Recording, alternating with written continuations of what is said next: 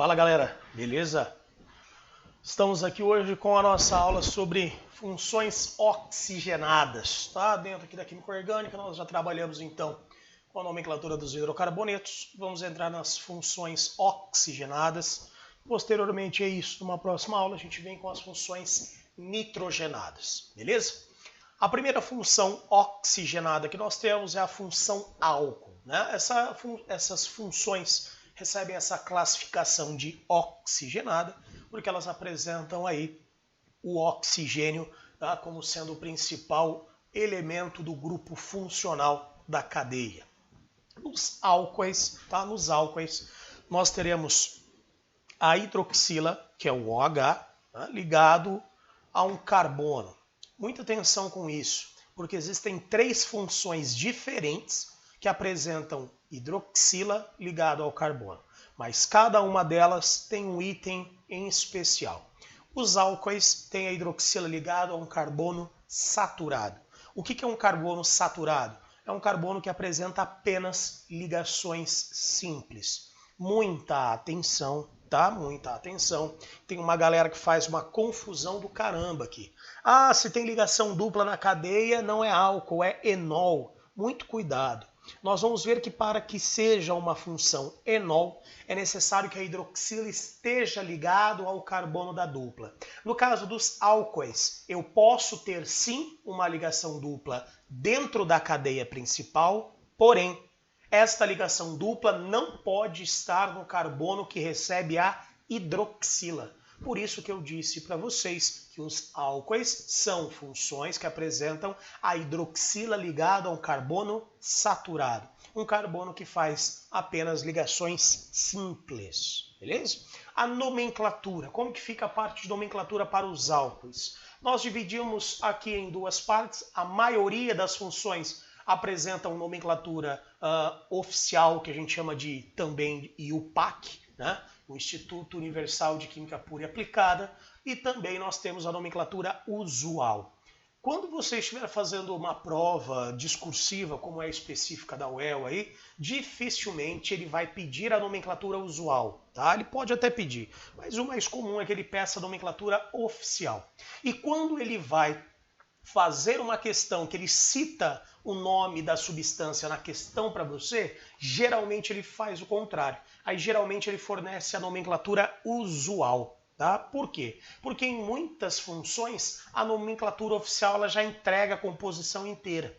Quando ele coloca a nomenclatura usual, ele obriga que você faça, tá, uma readaptação da nomenclatura para a oficial e aí monte a estrutura. Então muito cuidado com isso, tá? Muito cuidado com isso. Ah, eu vou só focar na oficial e vou abandonar o usual. Não dá, tá? Não dá porque as provas intercalam bastante qual nomenclatura que ela fornece para você ou qual nomenclatura que ela pode pedir para você, tá? No caso da nomenclatura dos álcoois, a IUPAC, que é oficial, diz o seguinte: prefixo mais infixo mais ol. O prefixo é a quantidade de átomos de carbono, o infixo é o tipo de ligação, e aqui o ol é o que caracteriza essa hidroxila, é o que caracteriza esse OH, ou seja, é o que mostra que de fato isso é um álcool. Na nomenclatura usual, nós vamos entrar com a palavra álcool e depois o radical terminado em ico. Então nós temos álcool metílico, álcool etílico, álcool propílico, álcool isopropílico, álcool butílico e assim por diante. Tá? Esta é a nomenclatura usual dos álcoois. Eu coloquei aqui para vocês, tá? Nessa tela nós temos dois, na outra tela a gente tem mais um exemplo. Eu coloquei 3 álcoois distintos, que inclusive já serve para a gente classificar estes álcoois. Como assim, professor? Os álcoois podem ser classificados de acordo com o carbono que recebe a hidroxila. Existem álcoois primários, secundários e terciários. Os que estão aqui na tela, o da esquerda é o álcool, tá? O metanol é um álcool primário e o propan-2-ol vai ser um álcool secundário. Isso por quê? Porque eu faço a análise do carbono que recebe essa hidroxila. Professor, isso é importante? Sim. Talvez não tão importante aqui, na identificação dos álcoois, porque não é tão comum ele pedir para você identificar se é um álcool primário, secundário ou terciário. Porém, se você vai fazer uma prova como é o caso da UEM, que gosta muito de química orgânica e pede a parte de reações orgânicas, saber a classificação dos álcoois é primordial. Por quê? Porque nós vamos ver um pouco mais para frente que existem reações de oxidação. E essas reações de oxidação elas acontecem nos álcoois. Porém, cada álcool primário, secundário e terciário apresenta um tipo de oxidação com produto distinto. E, inclusive, o álcool terciário nem oxidação ele vai apresentar. Então é necessário que a gente saiba classificar o álcool em primário, secundário e terciário, porque isso vai afetar a parte de reações orgânicas. Tá? Focando aqui na nomenclatura primeiro. A nomenclatura desse álcool é formada por apenas um carbono, então a nomenclatura vem com MET. Eu tenho ligações simples, afinal de contas eu tenho apenas um carbono, não consigo ter ligação dupla entre eles, então isso é AN. E como eu tenho a hidroxila, isso é um álcool, termina em ol. Então, nome desse composto, metanol. O metanol é o álcool mais simples que nós temos aí, é o álcool que tem apenas um carbono. Muito cuidado com o metanol, porque quando ingerido ele ataca o fígado e causa cegueiras. Tá? Então o metanol é um álcool muito perigoso para a ingestão. O álcool que nós usamos como bebida recreativa aí, nas indústrias de bebida alcoólica para maiores de 18 anos, é o etanol. Ah, mas etanol, professor, não é o que está lá no posto de combustível? Também, né? Também. É o mesmo álcool, porém com purezas e com substâncias diferentes dentro delas. Tá? Então você não pode ingerir o álcool de posto como bebida recreativa, mas afinal de contas você estará ingerindo outras bebidas, outras substâncias, me desculpe, e inclusive dentro dessa substância pode vir a ter metanol, o que vai causar a perda de visão e problemas no fígado, certo? O metanol também pode ser chamado de álcool metílico, é a nomenclatura usual.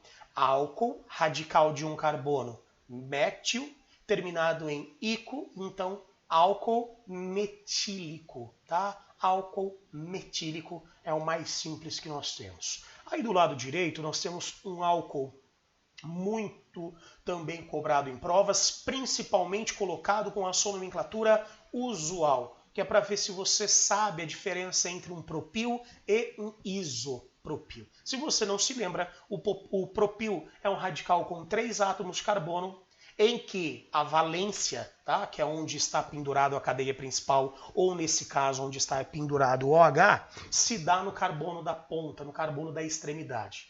Já no isopropil, eu tenho os 3 átomos de carbono conectados em sequência e a valência está no carbono do meio. Tá? É o que nós temos aí, a hidroxila conectada no carbono do meio, é o nosso isopropil. Então esse álcool é muito colocado na prova para vocês como álcool isopropílico. Tá? Eles gostam de colocar essa nomenclatura usual. A nomenclatura oficial é o propan-2-ol. Professor, o que esse 2 está fazendo aí? Como esse 2 está antes do ol, significa dizer que esse 2 indica a posição do grupo funcional, ou seja, a posição da hidroxila. Tá? Se ele estivesse antes do infixo, por exemplo, 2 em, 3 in, ele estaria indicando a posição da insaturação. Como está antes do sufixo, ele indica a posição do grupo funcional. Professor, por que você faz isso? Nessa cadeia do lado direito você coloca número e na cadeia do lado esquerdo não tem número. Porque na cadeia do lado esquerdo eu só tenho um carbono. A única opção para que a hidroxila exista é no carbono de número 1. Isso também acontece no etanol, onde nós temos 2 carbonos e obrigatoriamente a hidroxila estará no carbono de número 1. Tá? Se ela estiver no carbono da esquerda, você conta da esquerda para a direita. Se estiver do carbono da direita, você conta da direita para a esquerda. De qualquer forma, é o carbono de número 1, por isso que nós não colocamos número. Aqui não. Se eu pegar essa hidroxila e colocar na extremidade, seja na direita ou seja da esquerda, nós estaremos com o propan-1-ol. E aí, isso é uma substância diferente do propan-2-ol. Tá? Então eu preciso colocar esse número, porque existe mais de uma opção para a posição do grupo funcional. Maravilha? Propan, prop, porque são 3, an, porque a ligação é simples, e 2, porque a hidroxila está no carbono de número 2. Se você contar da esquerda para a direita isso vai dar 2. E aqui, se você contar da direita para a esquerda, também deu 2. Então, nesse caso, tanto faz esquerda-direita ou direita-esquerda. Se tivesse diferença, não se esqueça que você fica sempre com a menor contagem. Como aqui, as duas são iguais, tanto faz qual é o sentido que você vai fazer a contagem. Álcool isopropílico muito utilizado para limpeza de peças de computadores, tela de monitor, tela de celular, enfim, é um álcool utilizado para limpeza de componentes eletrônicos. Seguindo aí com o nosso próximo exemplo. Isso aqui já é uma cadeia carbônica um pouco mais complexa. Eu fiz questão de colocar essa cadeia mais complexa para mostrar para você que nem sempre nós teremos nomenclatura usual.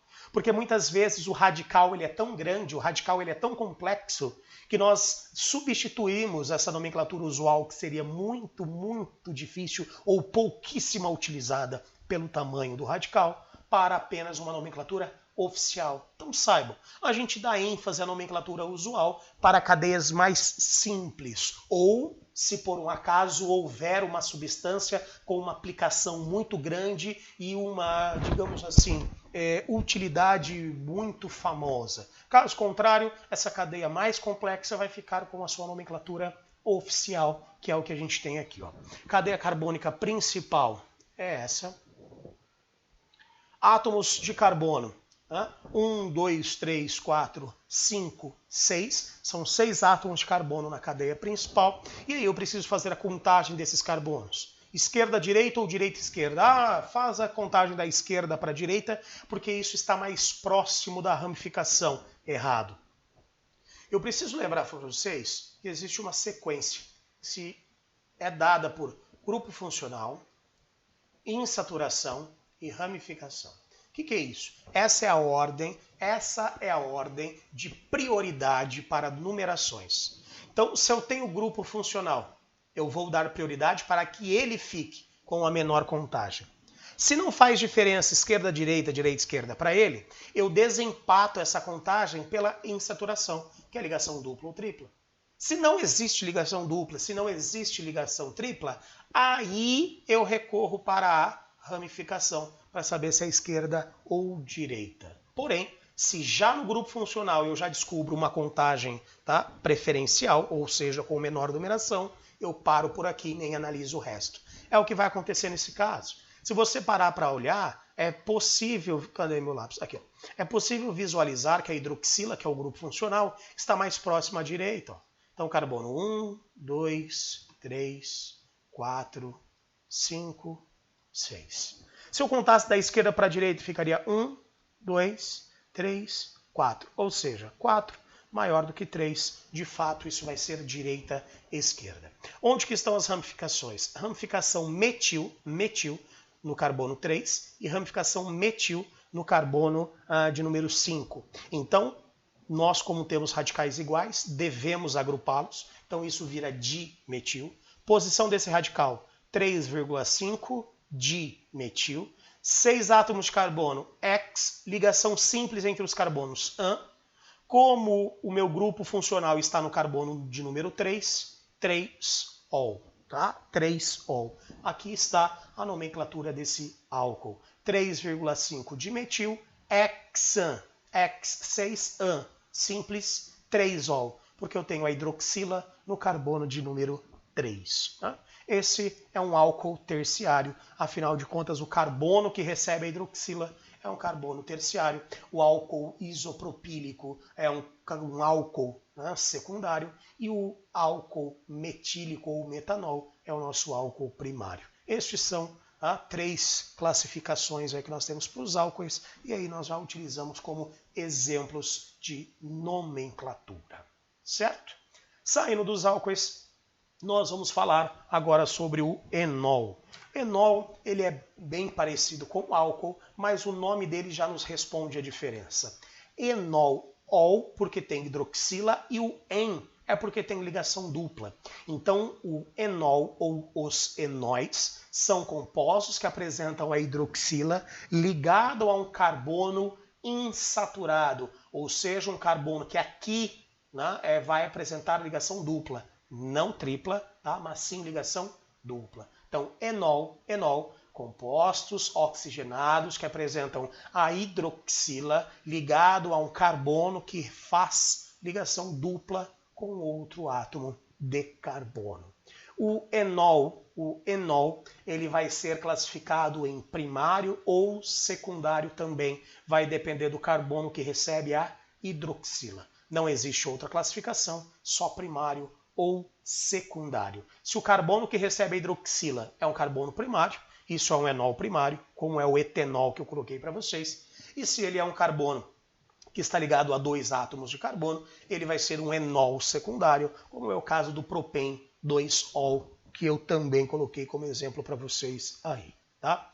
Muito cuidado, enol não é álcool. São funções diferentes, muito parecidas, mas são funções diferentes. Nomenclatura. A nomenclatura aqui nós utilizamos apenas a nomenclatura oficial, tá? Apenas nomenclatura oficial. A nomenclatura oficial do enol é prefixo mais em, porque obrigatoriamente nós teremos ligação dupla, mais ol, que é a hidroxila, tá?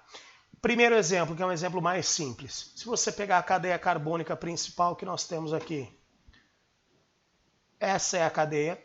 Contagem sempre a partir da extremidade mais próxima do grupo funcional, que é esse cara. Então, 1, 2, começa a contar a partir dele. São 2 átomos de carbono, et, ligação dupla, em, como tem hidroxila, ol. Professor, por que você não coloca números aqui? Porque é o seguinte, não importa se esse OH está aqui na direita ou se ele está na esquerda. Porque se eu colocasse o OH na esquerda, isso é que passaria a ser o carbono 1. Então, de qualquer forma, a hidroxila aqui estará no carbono de número 1. Por isso que eu nem coloco ele. Ligação dupla. Por que não tem número na ligação dupla? Mesma coisa. Se eu começar a contar da esquerda para a direita ou da direita para a esquerda, a ligação dupla estará na posição de número 1. Por isso que eu também não coloco o número para essa ligação. Tá? Esse é o enol mais simples que a gente tem. 2 carbonos, et, ligação dupla em, como tem uma hidroxila, ol, é o etenol. Já o exemplo da direita, vocês podem perceber que tem número na frente do ol. Por que isso acontece? Porque é o seguinte, essa é a cadeia principal, e aí eu preciso contar se ela é da esquerda para a direita ou da direita para a esquerda. Vamos fazer os dois aqui, ó.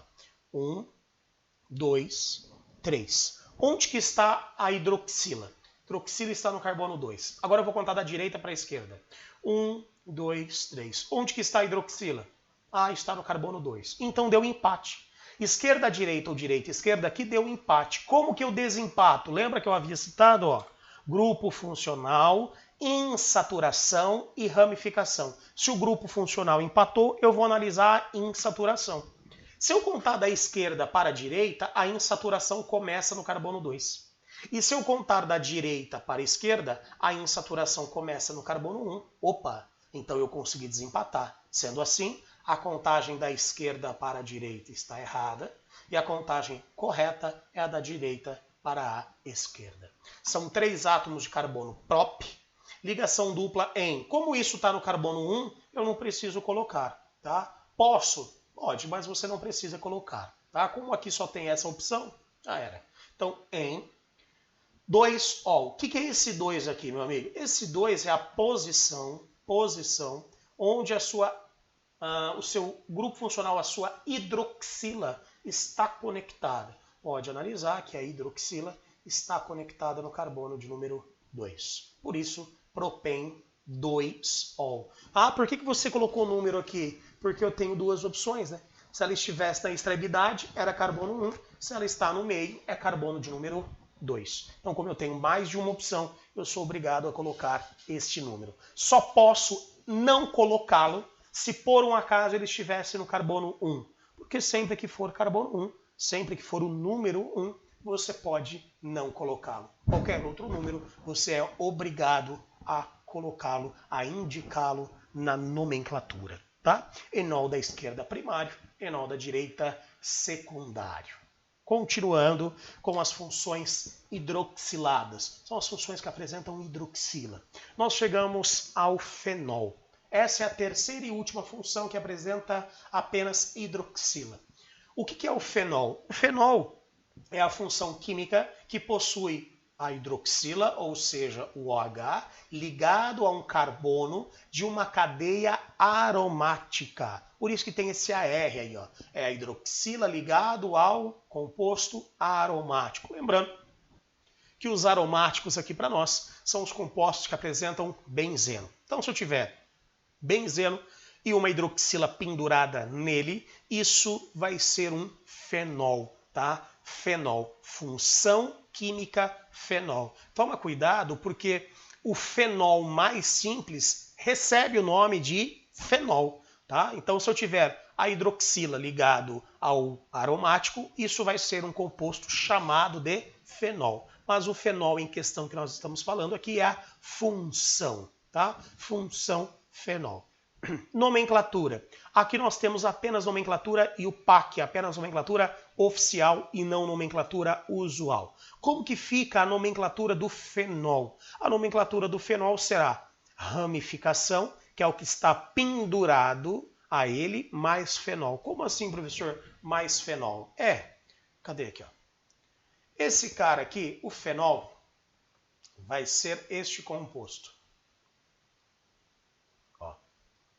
Esse cara vai ser chamado de fenol. Então ele vai ser considerado como sendo a cadeia principal. Por isso que eu coloquei, ó, ramificação, que é alguém que está pendurado aqui, mais fenol, que é a nossa cadeia principal. Tá? Se por um acaso você estiver fazendo uma prova e você tiver apenas isso aqui, qual é o nome desse composto?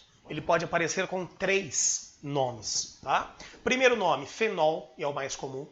Segundo nome que ele pode aparecer é hidroxibenzeno.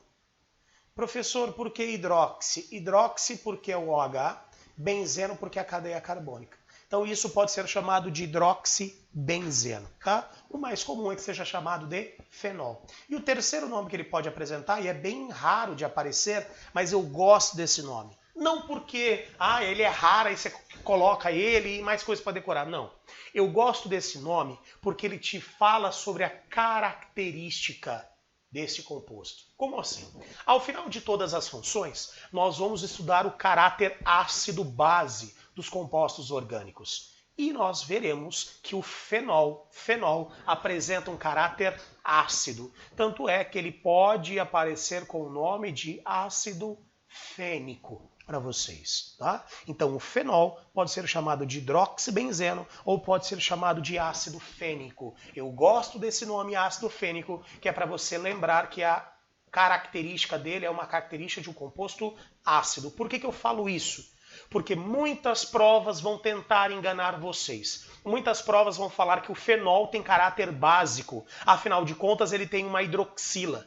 E aí ele pode liberar essa hidroxila. Mentira. Saibam disso. Mentira. O fenol não tem caráter básico pichorra nenhuma. O fenol tem caráter ácido. Ele não libera a hidroxila. Ele vai liberar o hidrogênio na forma de H+. E isso é extremamente fraco. Nós vamos ver que o fenol ele é um composto orgânico com caráter ácido, mas bem fraquinho. Tá? Mas, se comparado entre ácido e básico, o caráter do fenol é um caráter ácido. Por isso que não se esqueçam que ele também pode ser chamado de ácido fênico, tá? Ácido fênico. Exemplo aqui para vocês, um pouquinho mais complexo, fora o fenol. Nós temos o 2-metilfenol, ou também chamado de ortometilfenol. Ele é chamado de 2-metilfenol porque é o seguinte, o carbono que recebe a hidroxila vai ser o de número 1. E aí você ou conta no sentido anti-horário ou conta no sentido horário. Como aqui o sentido horário é o que vai dar o mais próximo à ramificação, é assim que eu vou fazer a contagem. Então carbono 1 e carbono 2. Logo, 2-metil e a cadeia principal é o fenol. Nomenclatura para compostos aromáticos quando eu tenho duas ramificações ao benzeno. Lembra lá? Orto, meta e para. Quando essas ramificações estão no carbono 1 e 2, eu posso trocar os números por orto. Quando estão nas posições 1 e 3 eu posso trocar por meta, e quando estiverem nas posições 1 e 4 eu posso trocar por para, tá? Então eu tenho um numa posição 1 e o outro na posição 2. Logo, eu posso substituir por orto. Ortometilfenol. Né? Esse orto indica que é posição 1 e 2. O nome fenol indica que você tem hidroxila ligado ao benzeno, portanto, ele vai ser o 1. O que está na posição 2, aí vai ser o seu radical metil. Firmeza? Ok? Qualquer um dos dois nomes pode aparecer. Esse de baixo, ele é mais comum. Queridos, neste momento, nós finalizamos as funções com hidroxila. Vamos por uma outra função orgânica, que é uma função orgânica oxigenada, porém não tem o OH, não tem a hidroxila. É a função éter. A função éter, e cuidado, existem duas funções com um nome muito parecido. Uma é a função éter e a outra é a função éster. Então, muito cuidado. Éter com éster. O éster tem um nome maior, vai ter mais oxigênio. O éter é menor, vai ter menos oxigênio. Tanto é que no éter é um oxigênio que nós temos, no éster nós teremos 2, porque vai ser o C-O-O. Mas deixa para falar do éster mais para frente. Éter. O éter é um composto orgânico oxigenado que apresenta como grupo funcional carbono, oxigênio, carbono. Eu coloco R e R' só para mostrar para você que esse R aí, tá, pode ser uma cadeia carbônica, e nesse caso é uma cadeia carbônica. Professor, como você coloca R e R', elas precisam ser diferentes? Não precisam. Elas podem ser diferentes, como elas também podem ser iguais. Então, quando você tem oxigênio ligado à esquerda com carbono e ligado à direita com carbono, você tem a função éter ali presente. Nomenclatura. Nós temos tanto a oficial quanto a usual. Nomenclatura oficial é o seguinte: radical menor mais a terminação ox. Então, por exemplo, metoxi, etoxi, butoxi, propoxi e assim por diante. Tá? Então, radical menor. Professor, o que você quer dizer com radical menor? O que tem menor número de carbono. Tá? O que tem menor número de carbono. Então, radical menor, terminado em oxi, e hidrocarboneto maior. Prestem bastante atenção nisso que eu escrevi, porque no primeiro eu escrevi radical e no segundo eu escrevi hidrocarboneto. Por que eu fiz isso? Para você lembrar que esse radical é o radical met, et, prop, but, etc. Quando eu falo hidrocarboneto, eu já estou falando do nome completo, prefixo, infixo e sufixo, metano, etano, propano, butano e assim por diante. Ok? Então, bastante cuidado, porque a gente tem essa mescla na nomenclatura do éter. Então, primeiro exemplo aqui, ó. Primeiro exemplo. Radical com um carbono, radical com um carbono. Ambos têm um carbono, então nenhum é maior e nem o outro é menor. Tá? Sendo assim, tanto faz qualquer um, você pode pegar como sendo o primeiro. Então, um carbono, met, mais o oxi. Então fica metoxi, e aí vem o hidrocarboneto maior. Se isso fosse um hidrocarboneto, teria prefixo, infixo e sufixo. Prefixo para um carbono, met. Se ele só tem ligações simples, porque ele está sozinho, an. Se fosse um hidrocarboneto, ó. Então, metano. Nome desse composto, metoximetano. Tá? Nomenclatura usual. Como é que fica a nomenclatura usual? Começa com éter. Eu coloco os dois radicais em ordem alfabética, estes radicais. E o último vai terminar em ico. Então, metil, metil.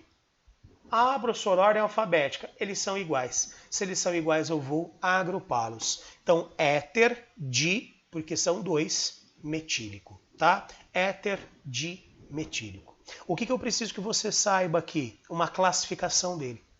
Quando nós pegarmos o oxigênio e dividirmos ao meio, e o radical da esquerda for igual ao radical da direita, nós vamos falar que este éter é um éter simétrico. Atenção!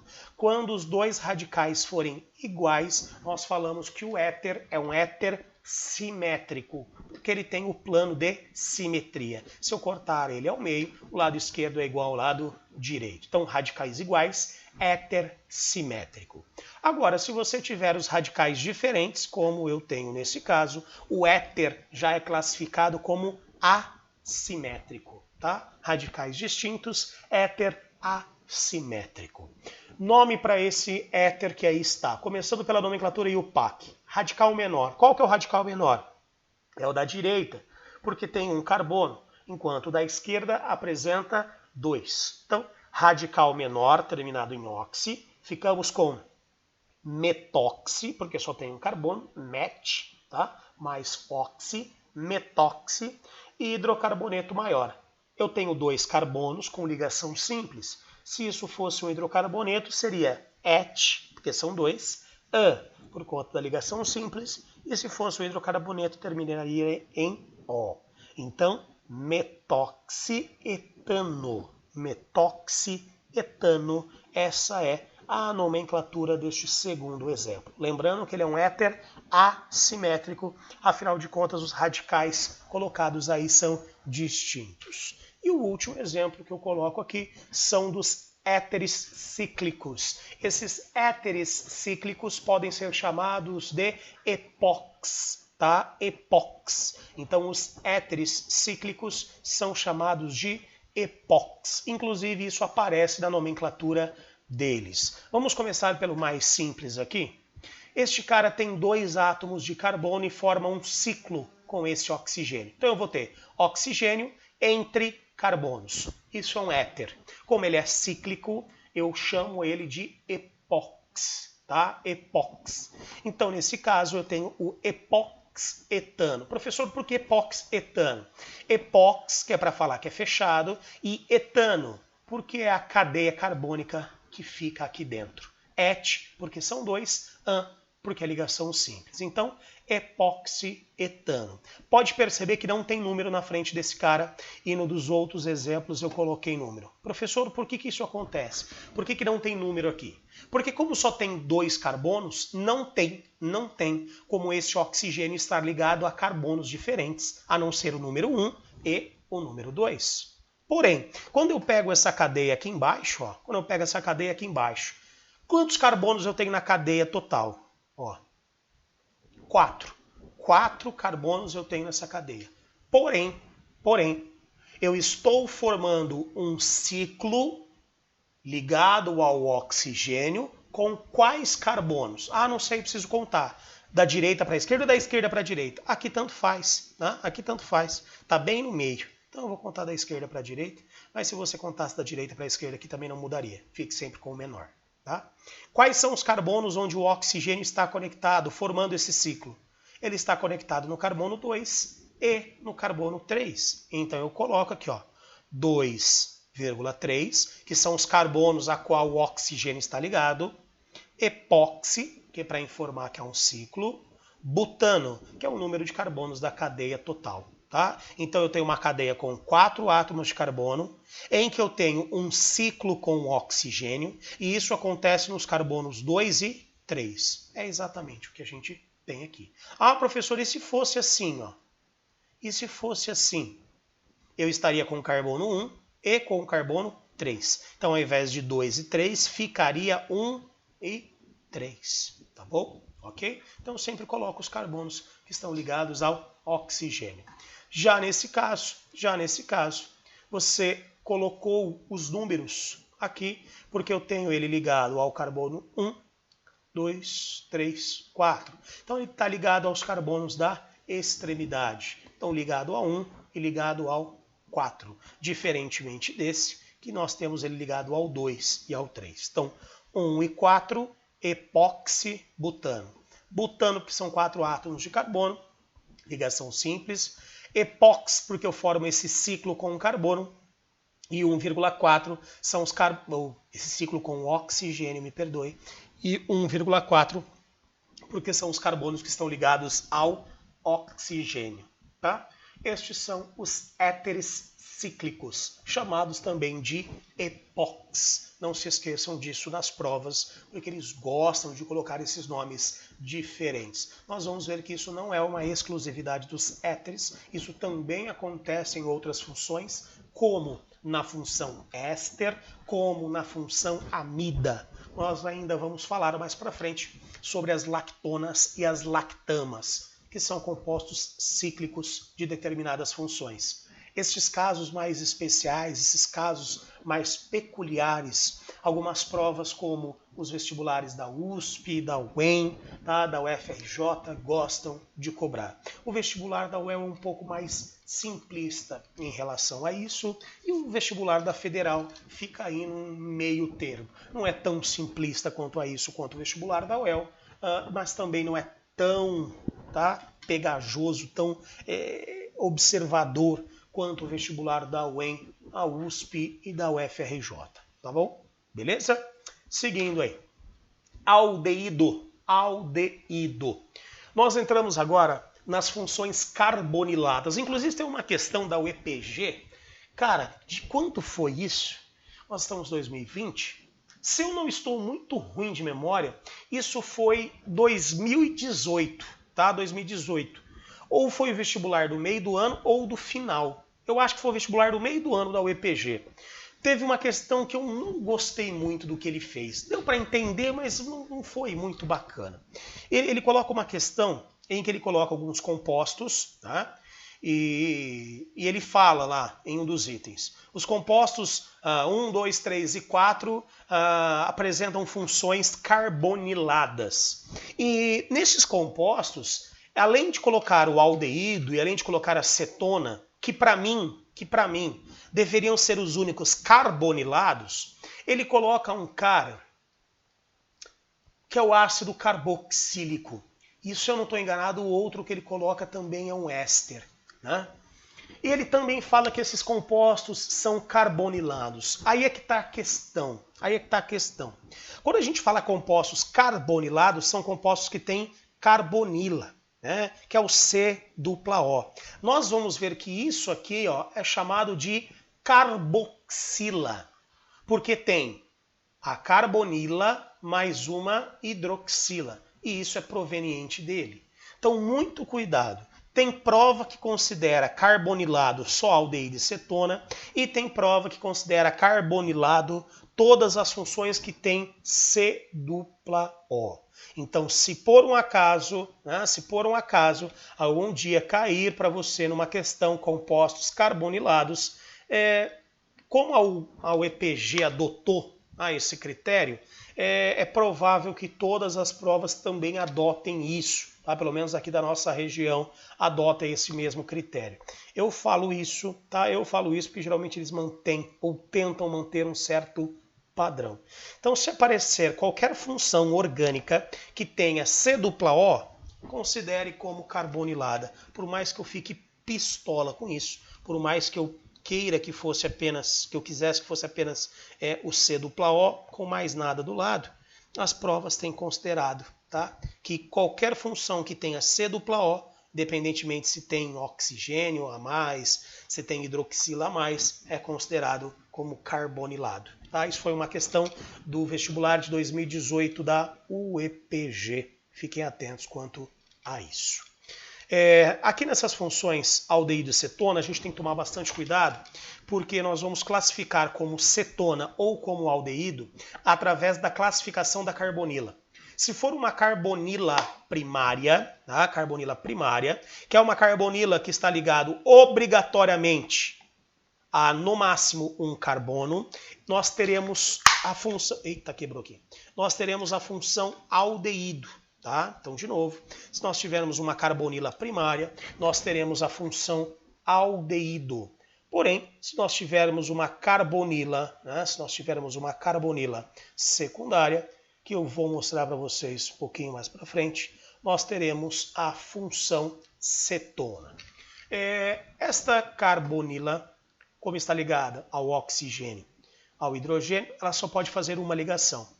Se aqui tiver um H ou um carbono, ela continua sendo primária, tá? Ela só será secundária se eu tiver esse C-O ligado entre carbonos, tá bom? Aldeído, carbonila primária. Nomenclatura dos aldeídos, vamos lá. Nomenclatura oficial, prefixo mais infixo terminado em -al. Tá? Então, se você pegar a nomenclatura, ela é basicamente igual à dos álcoois, só que os álcoois terminam em -ol e aqui o aldeído termina em -al. Tá? Nomenclatura usual. Como é que fica a nomenclatura usual do aldeído? Vai ficar da seguinte forma. Prefixo usual mais aldeído. Professor, que prefixo usual é esse? Galera, esse prefixo usual, ele é proveniente dos ácidos carboxílicos. Os ácidos carboxílicos, eles apresentam algumas características no nosso dia a dia bem marcantes, e por conta dessas características, eles receberam alguns nomes diferentes nos prefixos. Então, por exemplo, aí, coloquei 4 para vocês, que são os quatro prefixos mais cobrados. Quando eu for falar de ácido carboxílico, aí eu falo sobre outros, tá? Que são mais comuns como ácido, ao invés de serem comuns como aldeído. Esses 4 principais que aparecem aqui são, no lugar do met, nós vamos utilizar o forme. No lugar do et, nós vamos utilizar o acet. No lugar do prop, nós vamos utilizar o propion. E no lugar do but, nós vamos utilizar o butir. Tá? Isso vem das suas nomenclaturas aí em latim, por conta das características que nós temos. Os dois mais marcantes são os dois primeiros. O ácido fórmico é o ácido encontrado em formigas, tem apenas um carbono, é o ácido metanoico. E o segundo é o ácido acético, né? É o ácido presente no vinagre. Isso vem do latim acetum, que é o ácido que tem 2 carbonos. Então, por isso, esses prefixos foram substituídos por outros que são chamados de prefixos usuais. Esses prefixos usuais, eles estarão presentes tanto na nomenclatura dos aldeídos, quanto na nomenclatura dos ácidos carboxílicos e também nos seus derivados. Tá? Então é importantíssimo que a gente saiba estes prefixos usuais. Então, nomenclatura usual é o prefixo usual mais aldeído. Vamos para alguns exemplos. Primeiro exemplo aí, nós temos 3 átomos de carbono com o nosso C-OH. Uma coisa que você pode usar para saber se é um aldeído ou se é uma cetona é a carbonila na extremidade. Sempre que a carbonila, que é o C-O, estiver na extremidade, significa dizer que isso é uma carbonila primária. Se essa carbonila estiver entre carbonos e não na extremidade, ela não vai ser uma carbonila primária e sim secundária. Então não se esqueçam, o aldeído sempre vai apresentar a carbonila nas pontas, nas extremidades. 3 átomos de carbono, nós temos aí o propanal. Prop porque são 3, an porque só tem ligações simples entre os carbonos e al porque é um aldeído. Professor, eu não preciso colocar número no grupo funcional do aldeído? Não. Por que você não precisa colocar número no grupo funcional do aldeído?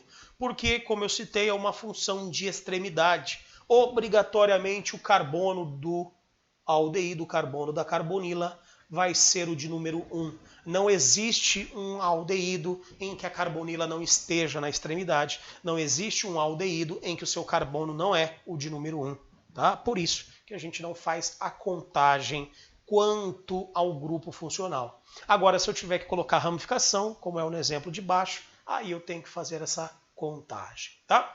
3 átomos de carbono prop, ligação simples an, aldeído al, propanal. Se fosse na nomenclatura usual, nós ficaríamos como o propianaldeído, porque o radical usual é o propion, mais aldeído, propianaldeído. Só um cuidado especial, vocês já devem ter ouvido falar do formol. O formol é uma solução aquosa de metanal. Por que ela chama? Eita, pichou. Calma aí, caiu o meu fone aqui, não estou escutando mais nada que eu estou falando. Eita, voltei. Olha lá. Por que o formol, ele é chamado assim de formol, se ele vem do metanal? Por conta da nomenclatura usual. A nomenclatura usual do metanal é o formaldeído. tá? Formaldeído.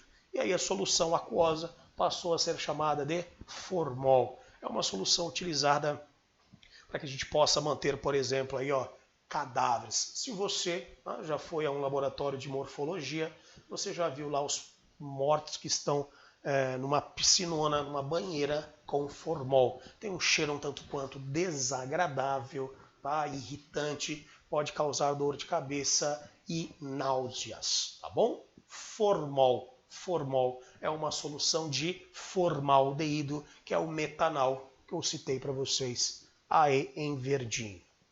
O outro exemplo que eu também havia colocado é um pouco mais complexo. Pode perceber que nesse exemplo mais complexo não tem nomenclatura usual. Eu já expliquei isso lá nos álcoois, mas volto a repetir, não há essa nomenclatura usual porque é uma cadeia complexa. Toda vez que a gente tem cadeia complexa, nós trabalhamos apenas com a nomenclatura oficial, a não ser que seja uma substância muito marcante, tá? Um medicamento que tem uma função química ou bioquímica muito marcante, aí ela vai ser chamada pelo nome oficial, pelo nome IUPAC dela. Nesse caso, nós teremos que fazer a contagem dos carbonos, porque nós temos ramificação, e essa contagem vai ser sempre a partir do carbono da carbonila, que é esse cara. Ele sempre vai ser o carbono de número 1. Então nós temos as nossas ramificações no carbono 2 e no carbono 3. Nome desse radical metil, Como os dois têm o mesmo nome, eu preciso agrupá-los. Então isso fica 2,3 dimetil, 4 carbonos but, ligação simples entre eles, se isso é um aldeído al, tá? Então 2,3 dimetil butanal. Esse é o nome do aldeído em questão. Firmeza? Ok? Próxima função. Também é uma função carbonilada, tá? Também é uma função carbonilada. Só que agora a carbonila não é primária, agora a carbonila já é secundária. Carbonila secundária, ela está ligada entre carbonos, ó. Então, obrigatoriamente, isso é um radical carbônico e isso é um radical carbônico. Você colocou R porque eles têm que ser diferentes? Não. Vocês vão perceber que as cetonas elas são bem parecidas com o éter, né? Só que o éter tinha só o oxigênio. A acetona vai ter o C-O, tá? O C-O. Só que a questão da nomenclatura usual ela é bem parecida, tá? Indo lá para as cetonas. Então nós temos esses radicais, eles podem ser iguais, como podem ser diferentes. Então eu posso ter uma cetona aí simétrica ou uma cetona assimétrica, ok? Nomenclatura oficial, prefixo mais infixo, terminado em ona, propanona, butanona, hexanona e assim por diante. Então as cetonas terminam em ona. Ué, professor, não está escrito errado? Não deveria ser acetona? Não. Nós vamos ver que acetona é uma nomenclatura usual para uma cetona em específico, tá bom? Nomenclatura IUPAC. Como é que fica a nomenclatura IUPAC? Prefixo, infixo mais ona, enquanto que a nomenclatura usual vai ficar cetona, radicais em ordem alfabética, terminado em ica. Tá? A diferença para o éter é que o éter, ao invés de terminar em ica, isso termina em ico. Tá? Mas a regra de nomenclatura usual entre cetona e éter é praticamente a mesma. Exemplos.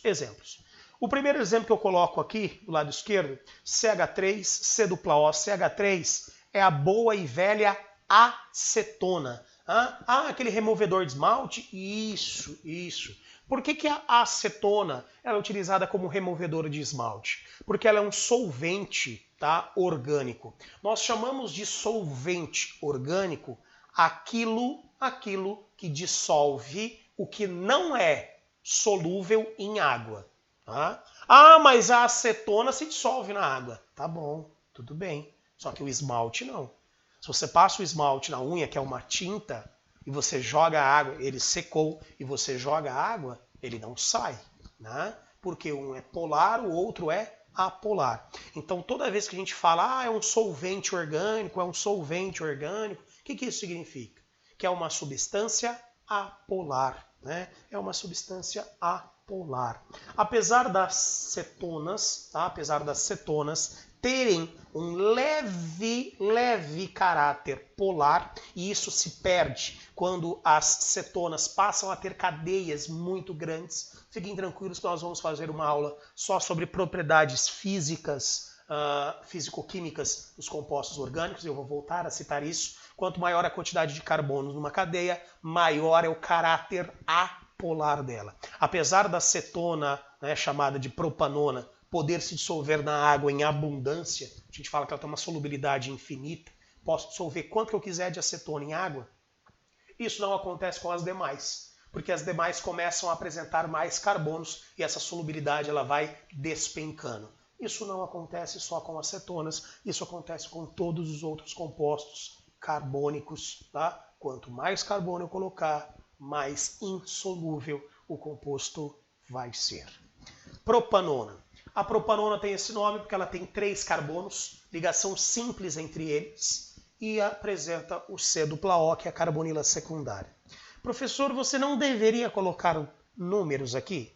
Porque essa carbonila está no meio e ela poderia estar na extremidade. Pois é. Você precisa se lembrar que se ela estivesse na extremidade, ela não seria uma cetona. Se ela estivesse na extremidade, ela seria um aldeído. E aí ela não terminaria em ona, ela terminaria em al. O que significa dizer que eu não tenho outra opção. Se eu quero uma cetona com 3 átomos de carbono, obrigatoriamente a carbonila vai estar no carbono do centro, não existe outra opção. Por isso que a gente não coloca número, tá? Aqui nessa cetona. Ah, é só ela? Não. A do lado você pode perceber que isso também acontece. Cetonas com 3 ou 4 átomos de carbono não colocam número no seu nome. Por quê? Porque existe apenas uma opção para que essa carbonila exista. Agora, cetonas com 5 ou mais átomos de carbono, aí sim, de novo, cetonas com 5 ou mais átomos de carbono, eu sou obrigado a colocar o número em que a carbonila está, porque eu passo a ter 2 ou mais opções para isso. Belezeira? Nomenclatura usual para propanona. Eu pego esse C-O, este C-O é a nossa cetona, né? Isso aqui, radical metil, isso radical metil. Como eles são iguais, nós vamos juntá-los. Então, cetona dimetílica, tá? Cetona dimetílica. Essa é a nomenclatura usual para a propanona, a boa e velha acetona. O nome acetona não é usual. O nome acetona é um nome comercial. Puta la miséria, tem isso também? Tem. Alguns compostos apresentam essa nomenclatura comercial. A acetona é um exemplo disso. Próximo exemplo, 4 átomos de carbono, but, só tem ligações simples entre os carbonos. Se isso é uma acetona, termina em ona. Então é a butanona. Professor, por que não tem número nela? Porque só tem uma opção, que é o carbono 2. Ué, mas se eu colocar essa carbonila, um carbono para a esquerda, ela vai estar no carbono 3. Não vai não. Se você jogar carbonila, um carbono para a esquerda, ao invés de contar da direita para a esquerda, você vai contar da esquerda para a direita. Ou seja, quando nós temos 4 átomos de carbono, só existe uma única posição para a carbonila, que é o carbono de número 2. Por isso que eu não coloco o número, afinal de contas, obrigatoriamente, ela tem que estar aí. Não dá para estar em outro lugar. E se ela estivesse na extremidade? Já te expliquei isso. Se essa carbonila estiver na extremidade, você não tem uma cetona, você tem um aldeído. Portanto, não tem discussão. Essa é a única posição para a carbonila. Nomenclatura usual, aqui do lado direito, eu tenho um carbono só, radical metil. Do lado esquerdo eu tenho 2 carbonos, radical etil. Então, metil e etil. Coloco em ordem alfabética, cetona etilmetílica, tá? Cetona etilmetílica. Eu coloco sempre o hífen, tá? Isso é uma regra um pouquinho mais antiga, mas o PAC permite utilizar essa regra ainda. Isso é importante, mas pode ser que nas provas ele retire este hífen e deixe tudo paçocado, tá? Cetona etilmetílica, geralmente é assim que a UEM acaba colocando para vocês, beleza? Mais um exemplinho aqui para finalizar.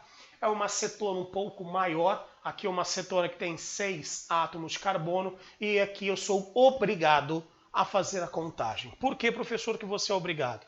Porque eu tenho uma cetona que apresenta 5 ou mais átomos de carbono. Significa dizer que eu tenho mais de uma posição para esta carbonila. 1, 2, 3, 4, 5, 6. Além de estar no carbono 3, ela poderia estar no carbono 2. Ah, ela poderia estar no carbono 4 também, professor? Não. Se ela estivesse no carbono 4, eu começaria a contar na direita e ele estaria no carbono 3. Tá? Então aqui eu tenho duas opções, ou carbono 2 ou carbono 3. Como eu tenho duas opções, eu sou obrigado a colocar o número de onde ela está. Né? Como a contagem menor é esquerda para a direita, ela está no carbono 3. Eita, o que é esse P tá aqui? Acha? Acho que eu esqueci de apagar alguma coisa aqui. Agora, por que tem um P aqui, filho? Não faço ideia. Mas, enfim, segue o fluxo, desconsidere ele aí. Vamos lá. 6 átomos de carbono, X. Ligações simples entre os carbonos, AN. Como a carbonila está no carbono 3, 3. ONA, afinal de contas, é uma cetona. Afinal de contas, tem carbonila. Firmeza? Suaverston. Seguindo o fluxo.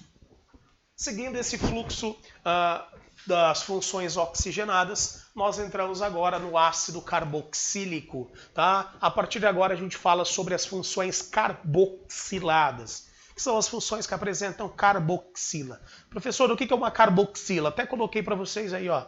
É uma função que apresenta o C-O-OH. Esse C-O-OH, ele é a junção de uma carbonila com uma hidroxila. E aí ele passa a ser chamado de carboxila. Por isso, ácido carboxílico. Professor, se isso é um ácido, ele libera H+, certo? Certo. Os ácidos carboxílicos são ácidos orgânicos extremamente fracos. Isso é importante que vocês saibam. Os ácidos orgânicos são extremamente fracos se comparados com os ácidos inorgânicos. Ácido sulfúrico, ácido clorídrico, ácido nítrico e assim por diante. Tá? Eles são bem fraquinhos se comparados com os demais.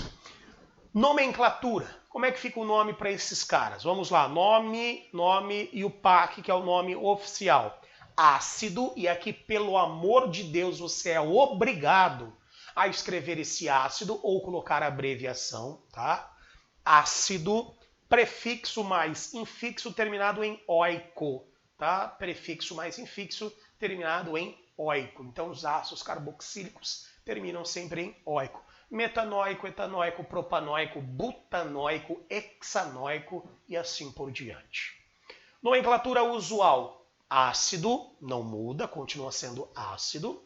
Prefixo usual. Qual, professor, prefixo usual? Vamos voltar lá. Prefixo usual, ó.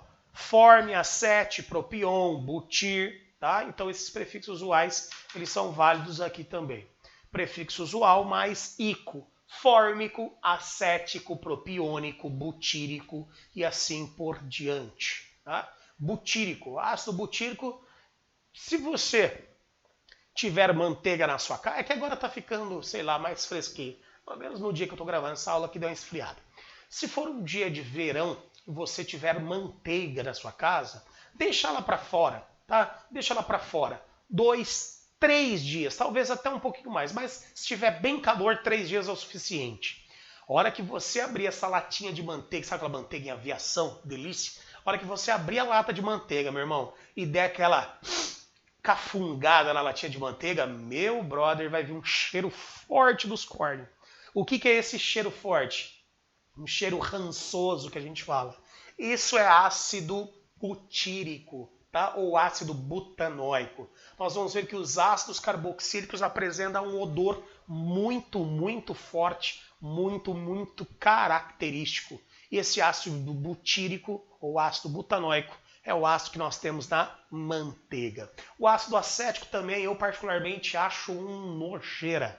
É um fedor dos cornos. O ácido acético é o ácido que tem lá no vinagrão, ácido etanóico. Tá? Cheiro forte, forte, forte, forte. É o nosso ácido carboxílico, que tem como característica este odor desagradável, digamos assim. Beleza? Exemplos, vários exemplos aqui. O mais simples de todos, um carbono só. Ácido metanóico, um carbono, met, como só tem um carbono, obrigatoriamente ligação simples entre eles, se é um ácido carboxílico, óico. Então, ácido metanóico. O ácido metanóico só tem um carbono. Então, na nomenclatura usual, ao invés de met, a gente utiliza o quê? Forme. Então, ao invés de ácido metanóico, isso fica ácido fórmico. Segundo exemplo, que é o que está à direita dele, 2 átomos de carbono, et, ligações simples entre os carbonos, como é um ácido carboxílico, termina em óico. Então, ácido etanóico, tá? Etanóico. Nomenclatura usual, ao invés de utilizar o et, nós utilizamos o acet. Então, o ácido etanóico pode ser chamado de ácido acético, o bom e velho vinagrão que nós temos. Descendo, ali do lado esquerdo, olha, já é uma cadeia mais complexa, hein? Bastante cuidado com esse composto aqui, porque ele vai mostrar um item importante, que serve para todas as outras funções, desde aquelas que nós já vimos, até para as que nós ainda vamos trabalhar. Que é o quê? Aqui nós temos uma cadeia dicarboxílica. Professor, o que é uma cadeia dicarboxílica? É uma cadeia que tem 2 carboxilas. Ela tem 2 grupos dois grupos funcionais iguaizinhos, tá? Iguaizinhos. E eu preciso informar isso no nome. Como que eu informo isso no nome? Tá aqui, ó. Di, porque são 2. Que função que é essa? É a função ácido carboxílico. A função ácido carboxílico termina o quê? Termina em óico. Então, dióico, tá? Se fosse um álcool, por exemplo, álcool, e tivesse 2 hidroxilas, di porque são 2, como a hidroxila, ol. Então, o álcool seria um diol. Se tivesse 3 hidroxilas, triol. Se tivesse 2 carbonilas, no caso do aldeído, seria o quê? Di, como é um aldeído, al. E assim por diante. Tá? Isso pode acontecer com as outras funções também. Esse aqui é um ácido dicarboxílico, é um ácido que tem 2 carboxilas, então fique atento. Esse é um ácido que não libera um H+, só não. Como ele tem 2 carboxilas, ele libera 2 H+, tá? Um hidrogênio de cada carboxila. Outra coisa que a gente tem aqui, ó, em. Por que nós temos em? Porque tem ligação dupla entre os carbonos. Professor, mas você errou o nome, hein? Errou o nome, fez cagada, professor. Você não colocou número? Pois é, cara, não coloquei e nem vou colocar. Mas por quê? Você falou que tem que informar. Aqui não. Por que aqui não? Velho, qual é o único carbono que pode ter ligação dupla aqui, ó? São esses 2. Por quê, professor? Veja esse cara. Quantas ligações ele já fez? 1, 2, 3. Se o carbono faz 4, ele já tem 3. Quantas ligações ele faz no máximo? 1. Então não pode ter ligação dupla. Esse cara, 1, 2, 3, ele já fez 3 ligações. Se ele faz no máximo 4, só falta 1. Não pode ter ligação dupla. Os únicos carbonos que podem ter ligação dupla são esses caras aqui, ó. Como não existe outra opção, obrigatoriamente a dupla vai ficar aí, por isso que eu não coloco o número para ela, tá? Ácido, porque é um ácido carboxílico, but, porque são 4 átomos de carbono, em, por conta da ligação dupla, dioico, porque são 2 carboxilas. E esse O serve por quê? Por conta da grafia. Sempre que tiver esse radical aqui, ó, esse prefixo de quantidade, di, tri, tetra e assim por diante, sempre que for o prefixo de quantidade para um número de funções, vem a vogal O aqui na frente por conta da grafia. Tá?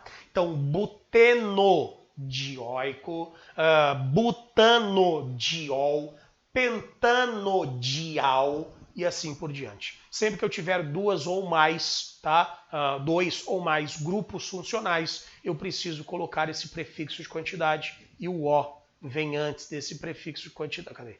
E o O vem antes desse prefixo de quantidade só por conta da grafia. Firmeza? Tranquilão? Beleza? Segue o fluxo. Ah, só uma coisa. Eu volto a falar sobre o ácido butenodioico para vocês. Quando? Lá na isomeria cis-trans. Na isomeria cis-trans, eu volto a falar sobre esse cara. Né? Existe a conformação cis e a trans. Tá? Vai depender do ligante que nós temos aí, mais complexo em cada plano. Relaxa, que isso é uma aula pouco mais para frente. E o outro exemplo que eu tenho aqui, gosto muito desse exemplo, porque provas mais chatas, como é o caso da própria UEM, gostam de trabalhar com essa nomenclatura aqui. Principalmente quando for um aminoácido. Quando for um aminoácido, vixe, é padrão. Pode esquecer, ele não coloca número, ele coloca essas letras gregas aí. Tá? Por isso que eu coloquei esse exemplo aqui. Ah, é o ácido alfa, ácido beta, é um beta-aminoácido, é um alfa-aminoácido. O que é isso? Né? Nós vamos ver que é a posição onde está pendurado alguma coisa. Seja a função amino, dos aminoácidos, ou seja simplesmente um radical. Tá? Radical. Então, como o ácido carboxílico tem como grupo funcional o C-OH, ele sempre vai ser o carbono 1, sempre vai ser o carbono da extremidade. E aí eu venho fazendo a contagem. Então eu tenho ramificação aí no carbono de número 4. Então nome, ácido 4-metil, porque é o radical metil que está pendurado. Ó. Cadeia carbônica principal. Metil. Então, ácido 4-metilpentanoico. São 5 átomos de carbono. Ligações simples entre eles. Ácido carboxílico oico. Ácido 4-metilpentanoico. Já se por um acaso, tá? Se por um acaso nós tivermos uma contagem diferenciada, isso acontece com as letras gregas. E o cuidado principal que você tem que ter para evitar erros aqui é lembrar que o carbono... eu perco toda hora esse lápis, esse bagulho tinha que ser maior. Que o carbono alfa, que é considerado o primeiro carbono... Ah, professor, mas o primeiro carbono é o número 1. Calma. O carbono alfa é considerado o primeiro carbono que pode receber uma ramificação ou um grupo funcional pendurado a ele. Tá? Esse carbono aqui não será carbono alfa. Tá? Porque se eu tivesse uma ramificação nele, brother, aí não seria ramificação. Seria uma cadeia com 2 carbonos. Né? Então, o carbono que pode receber ramificação aqui é esse aqui. Ó. Esse é o primeiro carbono que pode receber ramificação. Por isso que ele é o alfa. Tá? Então, alfa, beta, gama, sigma. Onde que ele está pendurado aqui? Ah, está pendurado no carbono 4. Beleza? Então, vamos lá. Esse é o primeiro que pode receber ramificação, alfa. Esse é o segundo que pode receber ramificação, beta.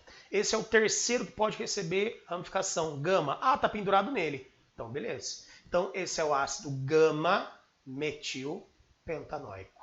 Tá? Volto a repetir, isso é muitíssimo utilizado lá nos aminoácidos. O aminoácido, ao invés de ter esse CH3, ele teria o NH2 da função amina, que é o radical amino pendurado aí. Tá? Isso aqui seria um aminoácido.